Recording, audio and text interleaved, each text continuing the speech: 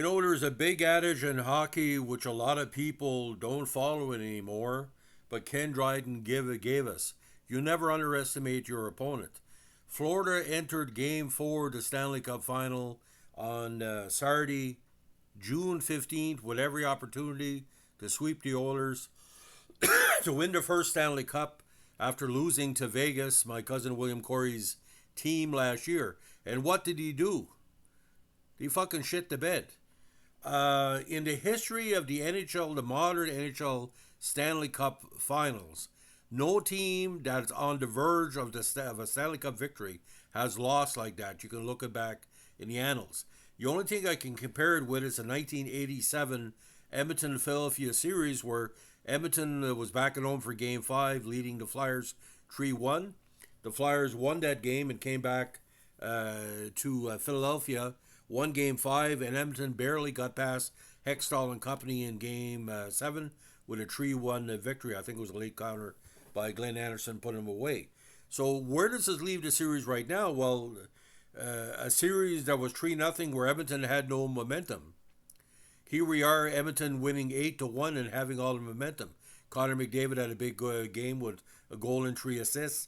And 8-1 was the best score he would had. The way Florida played in front of Bobrovsky and the rest of the other goalie that replaced him, it could have been 12-13-1. I watched the highlights last night. Florida had no energy. Florida wasn't motivated to do anything but basically saying, well, we got Game 5 in Florida. This is a team that's coached by a good coach, Paul Maurice, but what were the players thinking? When you're literally 2.5 hours away, or 60 minutes in playing time, away from a Stanley Cup, and in many cases with the Florida players, this will be their best opportunity to ever win a cup. That's the type of effort you put up. Is a disgrace to their fans, a disgrace to the NHL, is a disgrace to the Oilers, because I think Oilers fans wanted to beat Florida on their best game, and he didn't do that last night.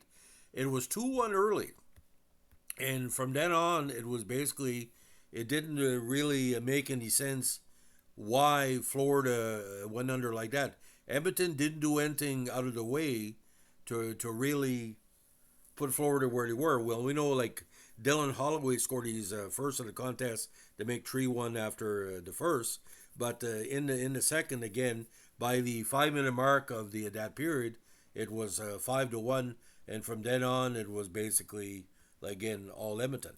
Now the idea about Edmonton right now, they're an offensive team. Yes, they can play defense, but like the old Edmonton Oilers, they're grandfathers of the 1980s. When they can score goals, they can score a lot. So if you want to relook at the replay or the highlights, and you tell me what you think, did Edmonton do anything different to beat Florida last night? Well, no. They played their game. But what was Florida doing? Like I said, you never take your foot off the pedal. Now, I did a podcast recently about the Montreal Canadiens Boston series from 71, although it wasn't a Stanley Cup final. Whoever was going to win that series in 71 was going to win the Stanley Cup. Now, Boston had won Game 5 convincingly, and he came back to Montreal for Game 6. And a lot of people felt that Boston wanted to win at home, and he basically didn't show up. I think the final score was 8-2, 8-3 for Montreal in Game 6, and had to let their veterans back in because the veterans are being held back, Lemaire, Mahovlich, and the Little M, and all that in Belleville. But when, like I said, when he got back to Boston, the energy wasn't there. I'm not saying that Edmonton's going to win 4 straight. It's one game at a time. But Vancouver didn't show up against Edmonton in the end of their series, and it maybe cost them the Stanley Cup.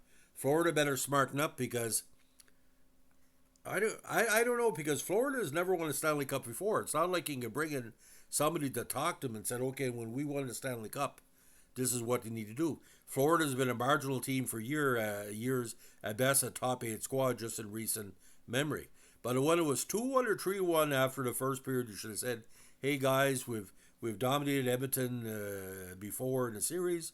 Let's work together, score the first goal. And he didn't, like I said, giving up 2 goals by the 5-minute mark. And Edmonton is, like I said, is games upon games upon games. They weren't playing this type of hockey. So, what has Florida got to do to get the momentum back? Well, first of all, they got to score first, and second of all, they got to put enough pressure on Edmonton like they did in the games they won, especially the 3-0 defeat in the opener, that McDavid and Company are stopped or mentally stopped from thinking they can win the game.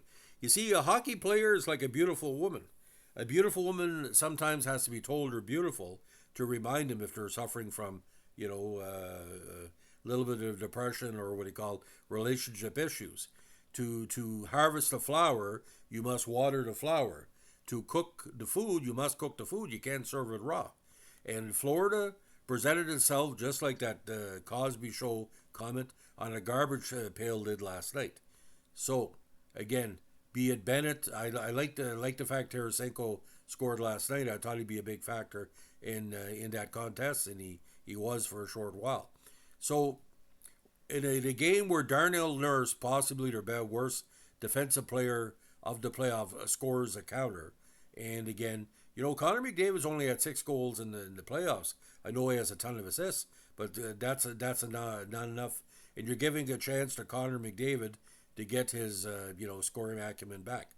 So the first 20 minutes of Game 5 is Tuesday, because I don't know if the Americans on our feed know that the longer that the series goes, there's more distance between games. Instead of every second game, every second day is every third day. So Tuesday's game is going to be crucial.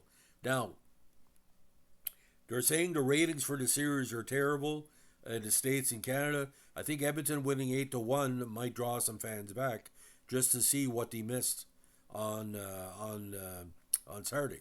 So I challenge CBC and Sportsnet to show the game fully either Sunday night or Monday night to give an opportunity to the fans of Canadian sports teams to see what it can take when you're on the brink of elimination, that you need certain key players to come forward. But like I said, I'm not going to blame Florida too much. They've never won the Cup before. Last year, they kind of didn't work it. But like I said, Paul Maurice should have known better. And like I said, there's really no pure veterans on Florida. You got Corey Perry on Edmonton. You got Ryan Nugent-Hopkins. You got players that have been there before. Corey Perry, obviously, Stanley Cup Finals many times. Montreal, Tampa Bay, back-to-back in recent memory. So, ladies and gentlemen, if you never saw the game last night, check out the Sportsnet highlights. There's quite a few. But I counted 7 goals for Edmonton last night. So, technically, 12-13-1. Like I said, it wasn't that close. And yes, don't get me wrong, every good team can lose 8-1, but don't lose it in the Stanley Cup when you're about to win the Stanley Cup. At least try. And yes, you want to win at home. There's no guarantees in hockey, ladies and gentlemen. There is no guarantees. Look at the Tampa Bay playing Game 4 in Montreal in 2021. They thought they were going to win the Cup.